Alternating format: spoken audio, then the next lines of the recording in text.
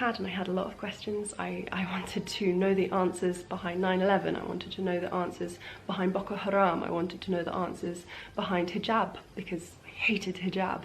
I wanted to know the answer behind halal meat, because I was certain that this is some kind of torture for animals. Assalamu alaikum, guys. I hope that your first week of Ramadan has gone very smoothly. Today we're going to be talking about not a very smooth subject at all. I'm going to be talking about my convert story. Why I haven't shared this story before is because I don't feel like it's inspirational. When you go online and you look for convert stories, usually people are looking for something really inspirational. They're going to cry during watching it and they're going to leave with a really uplifted feeling.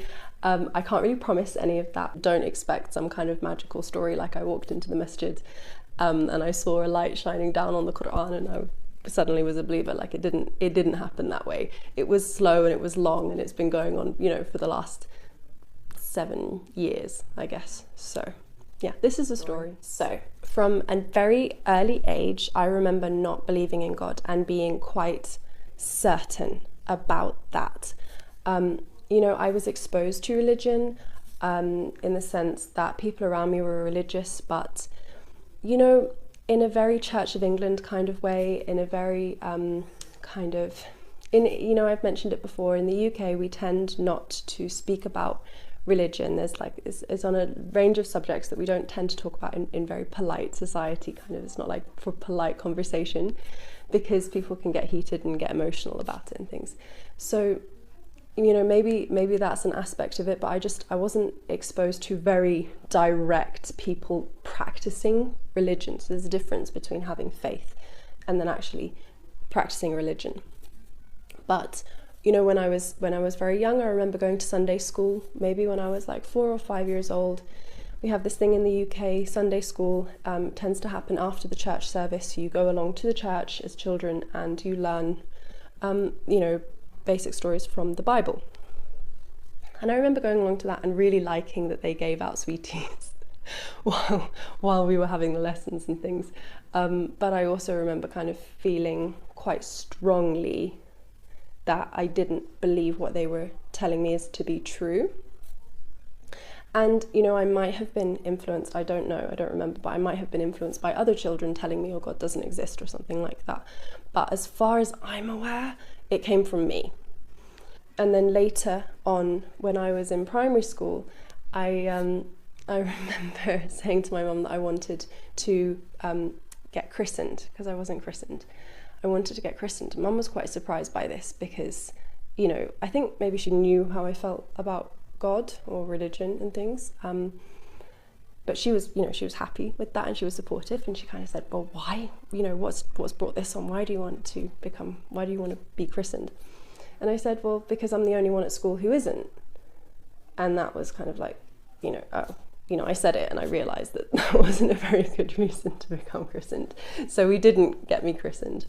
And there's a lot of experiences that I had growing up that maybe, they're not the most positive experiences, and they really did cloud the way that I viewed faith and the practice of religion. And I don't really want to get into talking about those things and my negative encounters. So let's just leave it that I had some bad encounters with people trying to convert me and things like that. So, I already had this mixed feelings and this kind of like almost tumultuous relationship with faith, being very kind of strong in that I didn't believe in God, and that, organized religion is a whole concept and all of these, quite teenage type things. And then despite that, when I was about 14 or 15, I remember very clearly going through a stage. It wasn't a short stage, it went on for quite a long time, where I started actively speaking to God in no real capacity. And the thing is that I grew up thinking of God as a man in the sky with a staff, the Simpsons picture of God. That's kind of how I saw God. And then when I was 14, 15, maybe 16 years old, I started to speak to God, but it wasn't God. I didn't give it a name. I didn't give it any kind of thing. It was just, I didn't think of it further than that. I was just talking to something and finding comfort in something.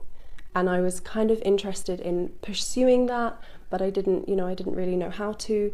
And then I remember I spoke to a friend about it once, And he really laughed at me, like, what are you talking about? Suddenly you believe in God, like what is this? And I never spoke about it to anyone again since then. And then, so fast forward, you know, you got the picture that I was quite firm that I didn't believe in God, but I was also kind of confused about this. And also I think that when people take on these really, really strong beliefs against something, I feel like sometimes that indicates that they are struggling with something else, or they're struggling to deal with that in some way. Then I met my husband, my now husband, and it was a real shock to me because I didn't know that he was Muslim when I first met him. There was nothing about him to tell me that he was Muslim. You know, I served him bacon and he very kindly refused to eat it, and I didn't really know why he didn't want to eat bacon, but it didn't cross my mind for a second that he might not eat it for religious reasons. And then later on, it came up in conversation in a very natural way. And I was really shocked because I had a perception about Muslims and about Islam, and he did not fit it. And yet he was practicing Muslim and very certain of his belief. He answered any questions that I had, and I had a lot of questions. I wanted to know the answers behind 9/11. I wanted to know the answers behind Boko Haram. I wanted to know the answers behind hijab, because I hated hijab. I wanted to know the answer behind halal meat, because I was certain that this is some kind of torture for animals, and all of these things. And, you know, in a very moderate, in a very thoughtful and calm way, he talked me through everything, every question that I had. He answered them. And, you know, at every stage I was like, okay, well, that's not, you know, it's not quite the impression that I had, but okay, this is interesting. Like, you know, I'm not scared off by him. I'm not scared off by the religion. He's a normal person. He's intelligent. He's living his life in a normal way, and he happens to be Muslim. Okay. And, you know, it took a long time to explain things to me, because it was, you know, we were dismantling a whole lifetime of stereotypes and perceptions that I had, and we had to kind of go back to the basics and really, like, you know, it took a long time to explain a lot of the things about Islam to me. But I wasn't about to convert, and I was very clear about that, and my husband respected that. And, you know, he taught me how to be respectful of all religions as well, because honestly, I wasn't being respectful of any religion. And then I came to Jordan, and that wasn't going to change. I was still very clear that I'm not a Christian, I'm not a Muslim, I'm not anything. But here in Jordan, it's very hard to say that. So he introduced me as a Christian, and people said Happy Christmas to me and Happy Easter to me, because of course, you know, celebrate all of those events in a cultural way, not in a religious way.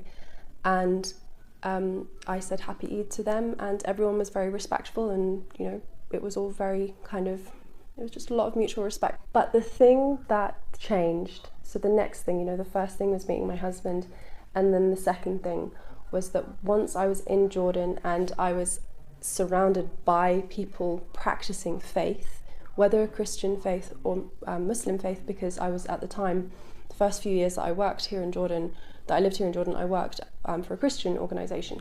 So, you know, I was exposed to religion on a broad sense, and I realised at some point in the first year, oh, I do believe in God.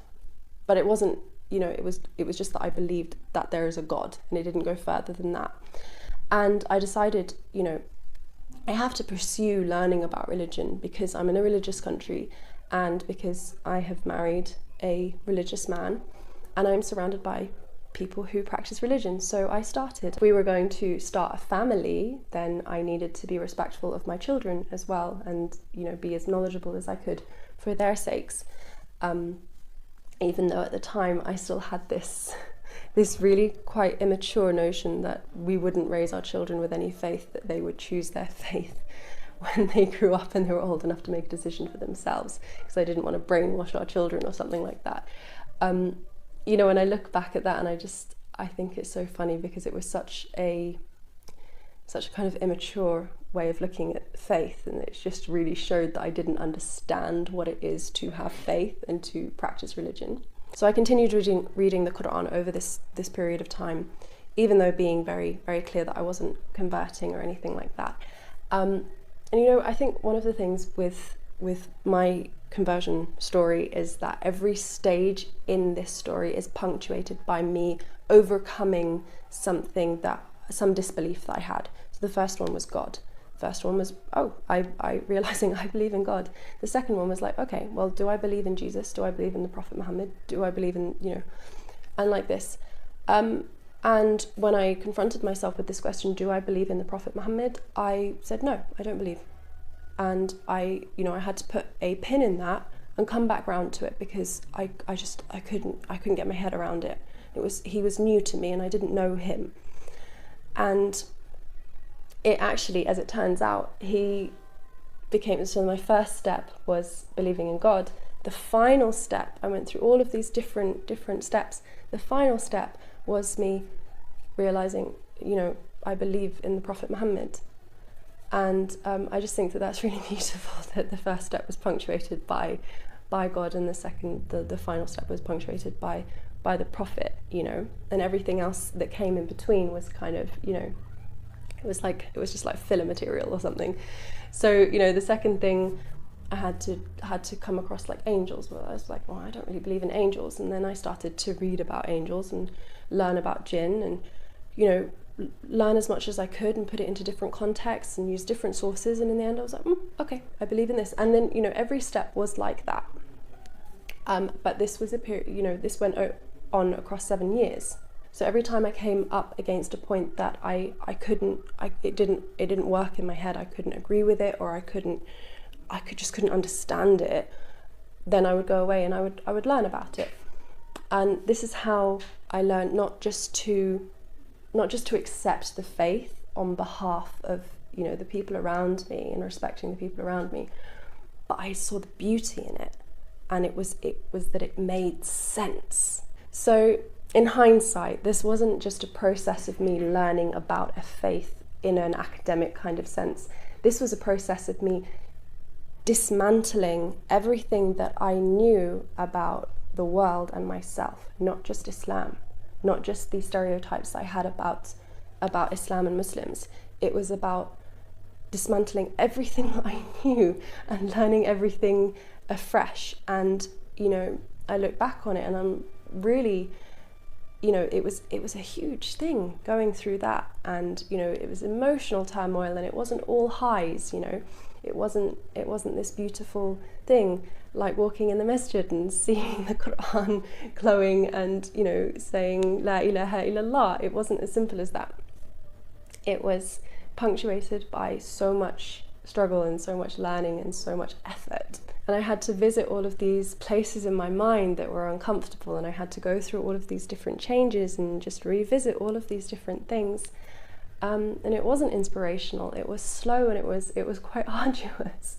But I think that the lesson that has taught me, that's the most important lesson for me personally, is that the faith is a journey, and it's not always easy. Sometimes it's really hard. So like I said, the Prophet sallallahu alaihi wasallam was the last step for me. I'd covered everything, with all the obvious things, not everything, but I'd covered all of the obvious things that I wanted to kind of grapple with. And then I came back to the Prophet sallallahu alaihi wasallam, and I was like, well, where do I begin? And someone told me, read the biographies, learn about him within a context. So I read 3 biographies. I read a biography by a Muslim. I read a biography by a historian claiming to be objective, but was very subjective and not very polite. And I read a third one by a very well-grounded, objective historian. And at the end of these 3 books, I was completely convinced by him. And there was no more that needed to be done. I was like, well, I believe in God, and I believe in the Prophet, and I believe in the Quran, and I believe in all the in-between, and everything else that I may struggle with, and I come across verses or things that don't make sense to me and all of these things, and sometimes, you have your doubt, like, wow, does the Quran really say that, or did the Prophet really say that?